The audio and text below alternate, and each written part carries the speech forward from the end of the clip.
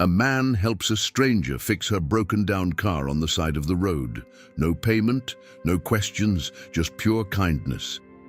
3 weeks later, he's sitting in a courtroom, accused of a crime he didn't commit. The woman he helped, she's the judge, and she's about to change everything. If you believe in karma and justice, this story will blow your mind. Don't forget to like, subscribe, and comment which city you're watching from. Let's go. The morning of September 15th started like any other Tuesday in New York City. Marcus Chen, a 34-year-old mechanic with calloused hands and an honest heart, was driving his 2008 Honda Civic down the Henry Hudson Parkway, heading toward the Bronx. The sky was overcast, threatening rain, and the traffic was moving slower than usual, typical for Manhattan on a weekday morning. Marcus had been working at Chen's Auto Repair for the past 12 years. It wasn't a fancy shop. It was located in a modest neighborhood in the Bronx, squeezed between a laundromat and a bodega. The walls were painted a faded blue, the sign outside had one flickering letter, and the waiting area had 3 plastic chairs that had seen better days. But Marcus had built something real there. His reputation was solid. People trusted him. He didn't overcharge. He didn't lie about what needed fixing. In a city full of hustlers and con artists, Marcus was the real deal. He was heading to pick up supplies from an auto parts distributor in the Bronx when he noticed a silver Mercedes-Benz pulled over on the shoulder of the parkway, hazard lights blinking frantically. A woman was standing beside it looking frustrated, occasionally glancing at her phone. Most people would have kept driving. New York isn't known for stopping to help strangers. But Marcus wasn't most people. He pulled over about 50 feet ahead, put his car in park, and walked back toward the Mercedes. The woman looked up, startled. She was in her early 50s, professionally dressed in a navy blazer and white blouse, with dark hair pulled back in a neat bun. Her face showed stress, the kind of stress that comes from being late to something important. "Car trouble?" Marcus asked, his voice calm and friendly. "Yes," she said, relief washing over her face. "Thank God. I've been trying to call roadside assistance for 20 minutes. My phone keeps cutting out, and I'm supposed to be in Manhattan in less than an hour. This is really not a good day for this." Marcus smiled. "Pop the hood. Let me take a look." He didn't ask for her name. He didn't ask what she did for a living. He simply opened the hood, examined the engine, and quickly identified the problem. A loose battery terminal. It was a simple fix, the kind that takes 30 seconds if you know what you're looking at. "You're lucky," Marcus said, tightening the terminal. "It's just this. Should be good to go now." He closed the hood and wiped his hands on his jeans. The woman's eyes widened. "That's it, you fixed it?" "That's it," Marcus confirmed. "Try starting it." She got in the car, turned the key, and the engine roared to life. She stepped back out, and for a moment, her professional composure cracked. She looked genuinely grateful, the kind of grateful that comes from real relief. "Thank you so much," she said. "Seriously, I don't know what I would have done. How much do I owe you?" Marcus shook his head. "Nothing. Just pay it forward, okay? Help someone else when you get the chance." She stared at him for a moment, as if trying to process someone actually refusing money. In New York, that wasn't common. She reached into her purse and pulled out a business card anyway, pressing it into his hand. "I'm Catherine Mitchell," she said. "If you ever need anything, please don't hesitate to call. I mean it." Marcus glanced at the card. It read, "The Honorable Catherine Mitchell, New York State Supreme Court Judge." He looked back at her and smiled. "Marcus Chen, and I appreciate it, Judge Mitchell, but I'm good. Just glad I could help." She smiled back, a genuine smile this time, and got back in her car. As she pulled back onto the parkway, Marcus watched her go, then returned to his own vehicle. He looked at the business card one more time before tucking it into his sun visor. "Judge," he said to himself, shaking his head with a slight chuckle. Of course she was a judge. He had no idea how significant that moment would become. 3 weeks later, Marcus was in his shop, working on a transmission, when two NYPD detectives walked through the door. They didn't look friendly. "Marcus Chen," one of them asked, a tall man with a stern face and tired eyes. "That's me," Marcus said, already feeling a knot form in his stomach. He'd never had trouble with the law, not even a parking ticket. "You're under arrest for the theft of a laptop computer from the offices of Meridian Tech Solutions. You have the right to remain silent.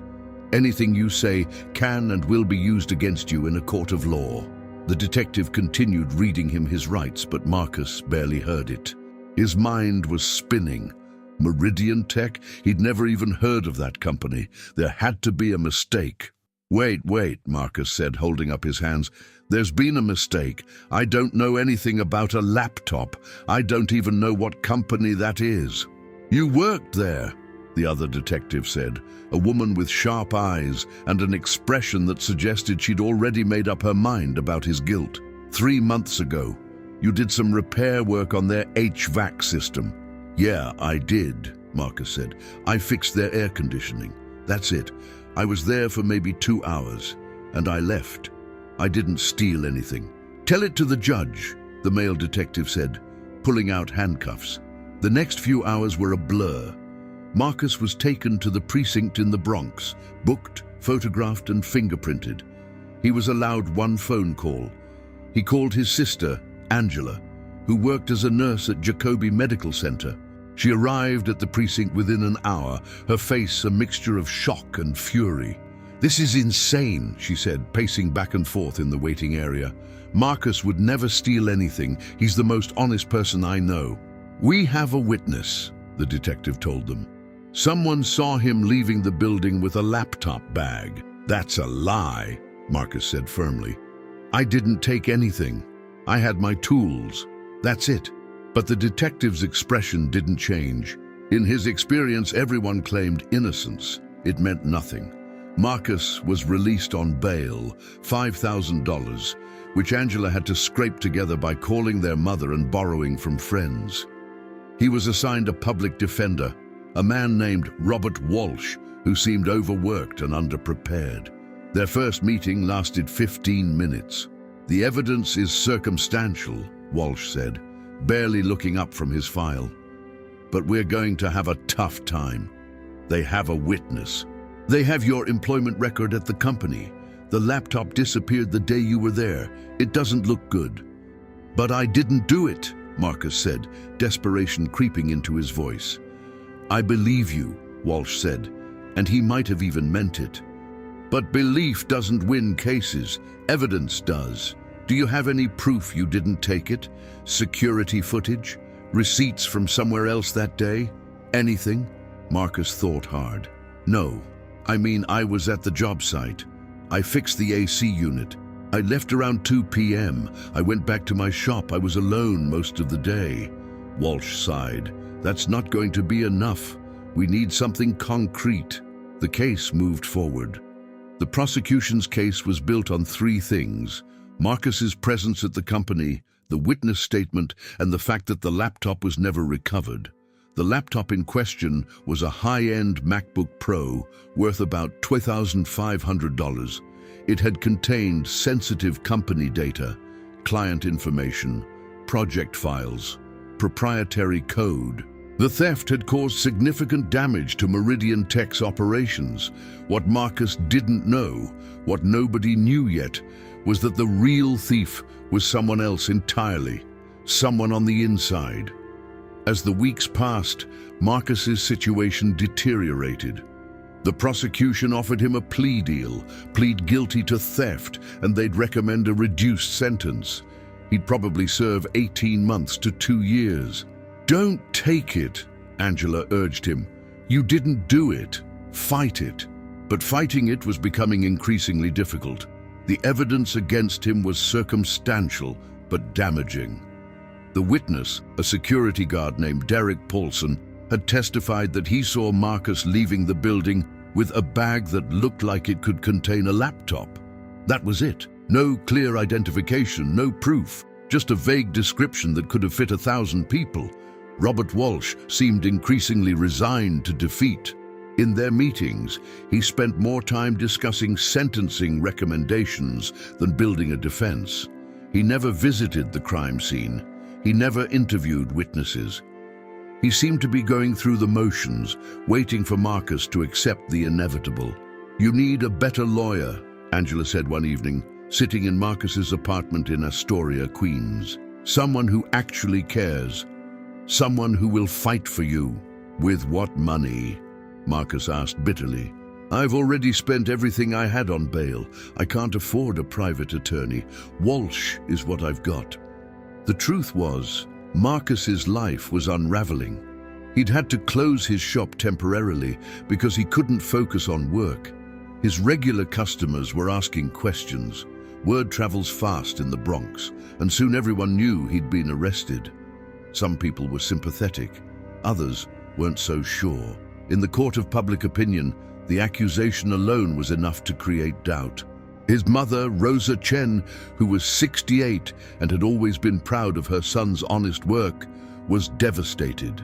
She'd raised Marcus alone after his father died when Marcus was just 5 years old. She'd worked double shifts as a housekeeper in Manhattan hotels to put food on the table and keep a roof over their heads. Everything she'd sacrificed had been so Marcus could have a better life, an honest life, a clean life. Now, sitting in her small apartment in Astoria, she cried quietly while watching the local news report about the theft at Meridian Tech. They didn't mention Marcus by name, not yet, but she knew it was only a matter of time before the story spread. "Mama, don't worry," Marcus told her, trying to sound more confident than he felt. "This will get sorted out. The truth will come out." But even as he said it, he wasn't sure he believed it anymore. The court date was set for November 15th. That gave Marcus 2 months to prepare a defense, 2 months that felt like 2 years. Robert Walsh continued to be underwhelming. During their meetings, he seemed more interested in discussing plea deals than building a case. He never asked Marcus detailed questions about his whereabouts that day. He never requested security footage from the building. He never interviewed witnesses. He seemed to be going through the motions, waiting for Marcus to accept the inevitable. "We need to be realistic," Walsh said during one meeting, leaning back in his chair with a tired expression. "The prosecution has a witness. They have motive. You were at the location. They have opportunity. Without something concrete to counter that, we're fighting an uphill battle." "But I didn't do it," Marcus said, his voice rising with frustration. "How is that not enough?" "It's not enough because the system doesn't work that way," Walsh replied almost sympathetically. "Innocence is not a defense. Evidence is. And right now, we don't have any evidence that proves you didn't steal that laptop." Marcus left that meeting feeling more hopeless than ever. The weeks dragged on. Marcus tried to keep his shop open, but his heart wasn't in it. How could he focus on fixing cars when his entire life was falling apart? He had court dates to attend, meetings with his lawyer, and constant anxiety about what was coming. The worst part was the isolation. Some of his regular customers stopped coming. Others came out of sympathy, but the interactions felt awkward. Word had spread through the neighborhood. Marcus Chen got arrested for theft. That's all people heard. The details didn't matter. The accusation was enough. Angela tried to be supportive, but she was also working full-time at the hospital and dealing with her own stress. His mother was depressed. His few close friends didn't know what to say, so they said nothing. By early November, just 2 weeks before the trial, Marcus was in a dark place. He'd lost weight. He wasn't sleeping. He spent his nights staring at the ceiling, replaying that day over and over in his mind, trying to figure out how this had happened. One evening, sitting alone in his apartment, he made a decision. He was going to accept the plea deal. 2 years in prison seemed better than the uncertainty of a trial where the odds were stacked against him. At least then he'd know when he'd get out. At least then it would be over. He called Robert Walsh to tell him. "I think that's the smart move," Walsh said without hesitation. I'll contact the prosecution tomorrow and see if we can finalize the terms. Marcus hung up the phone and sat in silence. He'd just agreed to plead guilty to a crime he didn't commit. He'd just accepted a prison sentence for something he didn't do. And the system, the legal system that was supposed to protect innocent people, had failed him completely. He didn't know it yet, but everything was about to change. Judge Catherine Mitchell was reviewing her docket for the upcoming week when she saw the name People v. Marcus Chen. The case was scheduled for November 15th in her courtroom. She pulled up the file and began reading. Theft of a laptop computer from Meridian Tech Solutions. The defendant had worked at the location as an HVAC repair technician. There was a witness statement. The evidence seemed straightforward, but something nagged at her. The name Marcus Chen. Where had she heard that name before? She thought back through her recent cases, her recent interactions. Nothing came to mind immediately. She made a mental note to look into it further, but for now, she set the file aside and moved on to other matters. 2 days later, while driving home from the courthouse in Manhattan, her car started making a strange noise. By the time she reached the Henry Hudson Parkway, the engine had died completely. She pulled over, hazard lights blinking, and tried to call for roadside assistance. But her phone was acting up. The signal kept cutting out. She was standing beside her Mercedes, feeling frustrated and anxious about being late, when a man in an old Honda Civic pulled over ahead of her. He walked back toward her car, and she felt a moment of apprehension. A woman alone on the side of the road with a stranger. But his demeanor was calm and non-threatening. "Car trouble?" he asked. She recognized him immediately. It was Marcus Chen, the man from the Parkway 3 weeks ago, the man who had helped her without asking for anything in return. "Marcus?" she said, surprised. Marcus looked at her, and recognition dawned on his face. "Judge Mitchell? Wow, what are the odds?" "I know," she said, relief and something else, something like fate washing over her. "You helped me last time. I can't believe it's you." As Marcus worked on her battery terminal, Catherine studied him. This was the man accused of theft in her upcoming case. This was the man the prosecution said was a criminal, but she remembered his kindness from 3 weeks ago. She remembered how he'd refused payment. She remembered the business card he'd given her, the genuine smile. "There you go," Marcus said, closing the hood. "Should be good now." "Thank you," Catherine said. Then, hesitantly, she added, "Marcus, I need to ask you something, and I need you to answer honestly. Are you the Marcus Chen involved in the Meridian Tech theft case?" Marcus's face went pale. "Yes," he said quietly. "That's me." Catherine's expression became serious. "I'm the judge assigned to your case. It's scheduled for November 15th in my courtroom."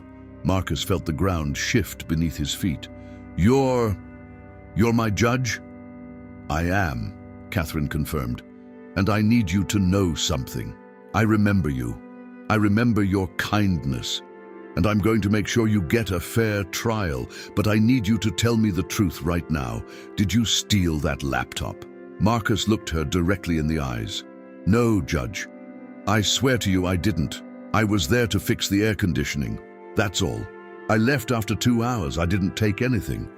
Catherine studied his face for a long moment. She'd been a judge for 15 years. She'd learned to read people, and everything in her experience told her that this man was telling the truth. "Okay," she said finally, "I believe you.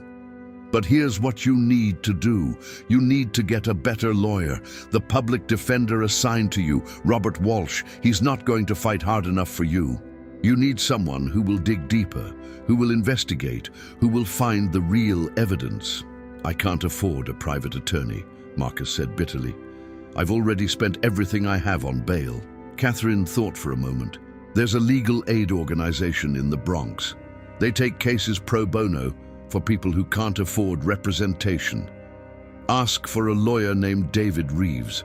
Tell him Catherine Mitchell sent you. He's good. He'll fight for you." "But won't that be... isn't there a conflict of interest or something?" Marcus asked. Not if you request a continuance and a new judge, Catherine said.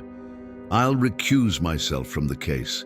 You deserve a judge who hasn't met you, who doesn't have any preconceived notions. And you deserve a lawyer who will actually fight. Marcus felt tears forming in his eyes. Thank you, he said. Thank you so much. Don't thank me yet, Catherine said. Just promise me you'll get a better lawyer. Promise me you'll fight this. I promise, Marcus said. Marcus called David Reeves the next morning. When he mentioned Catherine Mitchell's name, the lawyer's tone changed immediately. Judge Mitchell sent you? Okay, I'll take your case.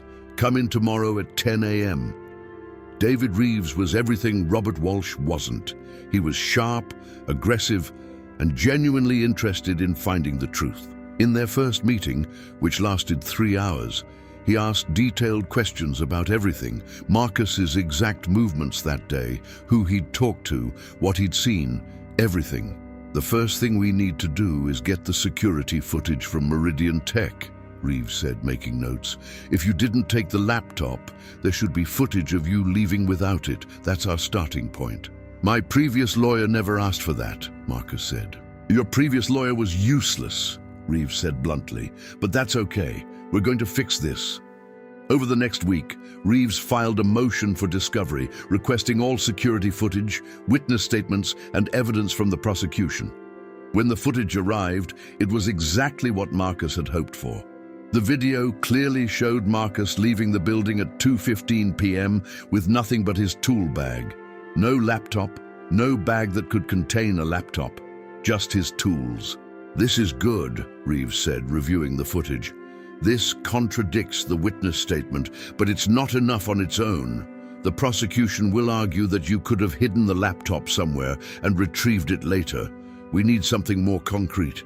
Like what? Marcus asked. Like finding the actual laptop, Reeves said. Or finding evidence that someone else stole it. Or finding proof that the witness is lying or mistaken. Reeves began investigating Derek Paulson, the security guard who'd made the identification. He discovered something interesting. Paulson had a gambling problem. He owed money to some unsavory people. He was desperate for cash. I think someone paid him to identify you, Reeves said. I think this whole thing was a setup, but proving it was another matter. Reeves needed more evidence. He needed something concrete. Then on November 10th, just 5 days before the trial, something unexpected happened. Marcus was cleaning out his apartment, preparing for the worst-case scenario where he might go to prison. He was moving some boxes in his bedroom closet when he found something he'd completely forgotten about. An old laptop bag that he'd used years ago before upgrading to a newer one. He'd stored it in the back of his closet. He pulled it out and opened it. Inside, wrapped in an old towel, was a laptop, a MacBook Pro, the same model that had been stolen from Meridian Tech. Marcus's heart stopped. For a moment he thought he was going to be sick. Had he stolen it? Had he blacked out and done something he didn't remember? Was he going crazy? Then he looked more carefully. The laptop had a sticker on it, a sticker he'd never seen before, and when he turned it on, it asked for a password. He tried his usual passwords. Nothing worked. He called David Reeves immediately. Don't touch anything else, Reeves said urgently. I'm coming to you right now. Don't tell anyone about this. Not yet. When Reeves arrived, he examined the laptop carefully. This is the stolen laptop, he said. But here's the thing. This doesn't look like something you would have done. The way it's hidden, the way it's wrapped, this looks like someone planted it. But who? Marcus asked. And why? That's what we're going to find out, Reeves said. But first, we need to document this. We need to call the police and report that you found the laptop. We need to do this by the book, so there's no question about the chain of custody. The police came and took the laptop into evidence. Forensics was able to recover data from it, and what they found was shocking. The laptop contained files that had nothing to do with Meridian Tech's operations. Instead, it contained personal files, files that belonged to someone named Kevin Morrison. Kevin Morrison was the VP of operations at Meridian Tech. David Reeves dug deeper. He discovered that Kevin Morrison had been embezzling money from Meridian Tech for years. The amounts were substantial, hundreds of thousands of dollars.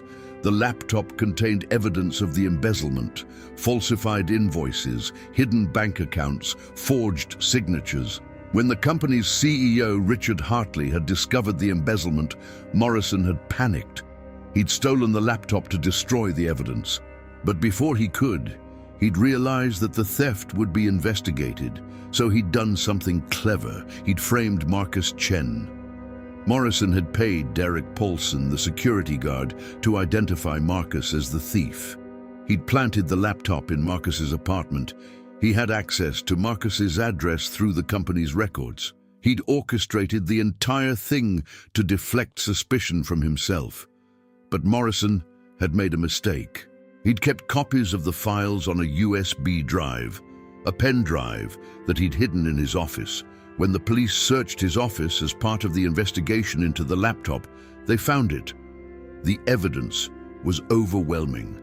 Kevin Morrison was guilty of embezzlement, conspiracy, obstruction of justice, and framing an innocent man. Derek Paulson was guilty of perjury and conspiracy. The trial that had been scheduled for November 15th never happened. Instead, the charges against Marcus were dropped. The prosecution issued a statement saying that new evidence had exonerated him and that the real criminals had been identified. But the story didn't end there. Kevin Morrison knew he was going to prison. The evidence against him was irrefutable, but he wasn't ready to accept defeat. He had connections, dangerous connections, people he'd paid off with embezzled money over the years, people who owed him favors. 2 days after the charges against Marcus were dropped, Morrison made contact. Through an intermediary, he offered Marcus a deal, $500,000 in cash, if Marcus would recant his statement and claim that the laptop had been planted by the police. Marcus was shocked. He was also, for a moment, tempted. $500,000 would change his life. It would pay for his mother's medical bills. It would allow him to rebuild his business. It would give him security, but it would also mean lying. It would mean letting a guilty man go free. It would mean betraying the truth and betraying Judge Catherine Mitchell, who had believed in him when no one else did. Marcus called David Reeves immediately. "This is good," Reeves said. "This is evidence of bribery and conspiracy. We need to document this. We need to record the next contact." The intermediary contacted Marcus again, this time offering to meet in person to discuss the deal. Marcus agreed, but he wore a wire, a recording device that Reeves had arranged through a contact in law enforcement. The meeting took place in a parking garage in Long Island City. The intermediary, a man named Tony DeLuca, laid out the offer explicitly. He explained that Morrison would pay $500,000 if Marcus would sign a statement recanting his testimony. "If you don't do this," DeLuca said, his tone turning threatening, "there could be consequences. You understand what I'm saying?" Marcus nodded, playing along, while the wire recorded every word. "I need to think about it," Marcus said. "You've got 24 hours, DeLuca said. "After that, the offer goes away. And like I said, there could be consequences." Marcus reported everything to Reeves and to the police. The recording was clear and damning. It proved that Morrison was attempting to bribe a witness and making threats. The case against Kevin Morrison and Derek Paulson became even more serious. Now they were facing charges of embezzlement, conspiracy, obstruction of justice, perjury, attempted bribery, and witness intimidation. The trial took place in January. This time, Marcus was not the defendant. He was the key witness for the prosecution. He sat in the witness stand and told the entire story. How he'd been framed, how the laptop had been planted, how he'd been offered a bribe to recant his testimony. He played the recording of Tony DeLuca making the bribery offer and the threats. Kevin Morrison sat at the defense table, his face growing darker as the evidence mounted against him. His expensive lawyer tried to discredit Marcus, tried to suggest that Marcus had stolen the laptop and then planted it in his own apartment to frame Morrison. But the security footage contradicted that narrative. The forensic evidence contradicted it. The recording of the bribery attempt contradicted it. By the end of the trial, the verdict was inevitable. Morrison was found guilty on all counts. Derek Paulson was found guilty of perjury and conspiracy. Tony DeLuca was found guilty of attempted bribery and witness intimidation. The sentences were harsh. Morrison received 8 years in federal prison. Paulson received 3 years. DeLuca received 4 years. Marcus was exonerated. His name was cleared. The charges against him were officially dismissed. But the most significant moment came when Judge Catherine Mitchell, the judge who had recused herself from Marcus's case but who had followed the trial closely, called Marcus into her chambers after the verdict. "I wanted to tell you something," she said, "off the record. I believed in you from the moment I saw you on that parkway. I believed in your character. And I was right. You're a good man, Marcus Chen. You helped me when you didn't have to. You refused to compromise your integrity even when you were offered $500,000 to do so. That's rare. That's the kind of character that this world needs more of." Marcus felt tears in his eyes. "Thank you, Judge, for believing in me, for helping me get a better lawyer, for everything. You earned it," she said. "And I want you to know, karma is real. The good you do comes back to you. You helped me on that parkway, and it came back to you in the form of justice. That's how the universe works." 6 months later, Marcus's life had been rebuilt. His shop was thriving again. His reputation had been restored. The local news had covered his exoneration extensively, and the community had rallied around him. People who had doubted him now came to him with their car troubles, wanting to support him. His mother was healthy and happy. Angela had helped him invest some of his settlement money. Meridian Tech had settled a civil lawsuit with Marcus for an undisclosed amount, though it was substantial enough to secure his future. But the most important thing was that Marcus had learned something profound. He'd learned that the system could fail you. He'd learned that innocence wasn't always enough. He'd learned that you needed luck, you needed help, and you needed people who believed in you. He'd also learned that good actions do matter. His kindness to Judge Catherine Mitchell on that parkway had set in motion a chain of events that had saved his life. If he hadn't helped her, he would have gone to prison for a crime he didn't commit.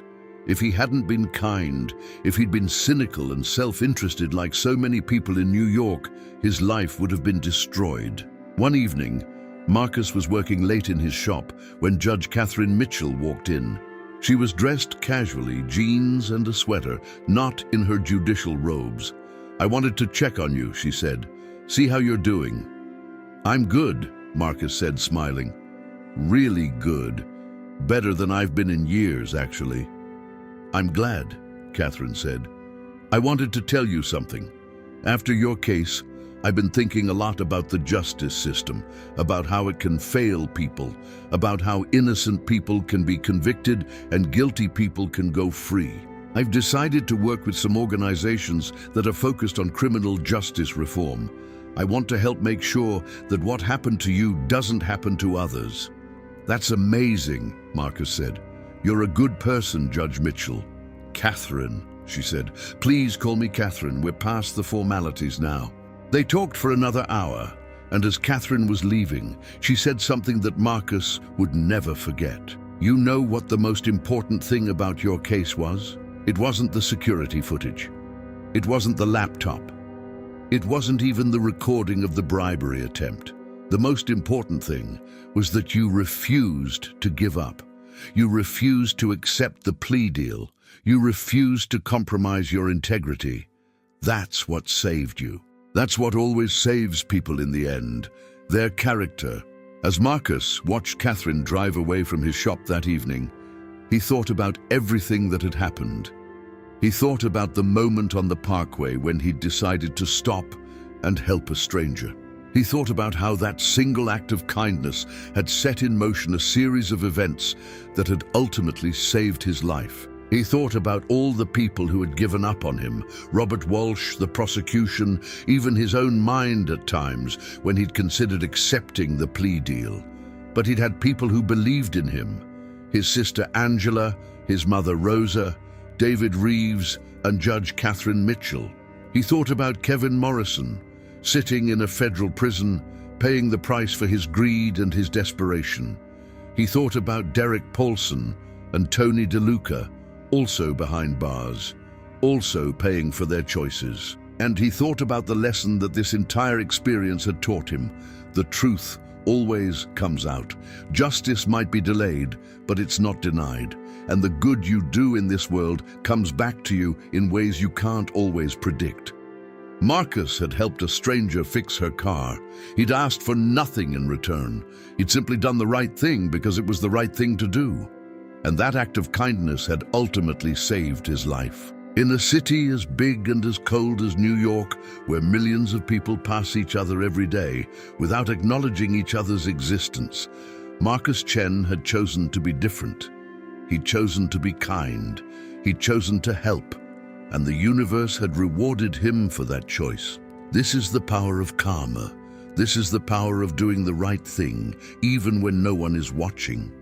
This is the power of believing in justice, even when the system seems stacked against you. If you believe in karma, if you believe that good actions come back to you, if you believe that justice always prevails in the end, then like this video, subscribe to our channel, and comment below. What city are you watching from? Let's build a community of people who believe in justice, in karma, and in the power of doing the right thing. Thank you for watching. We'll see you in the next story.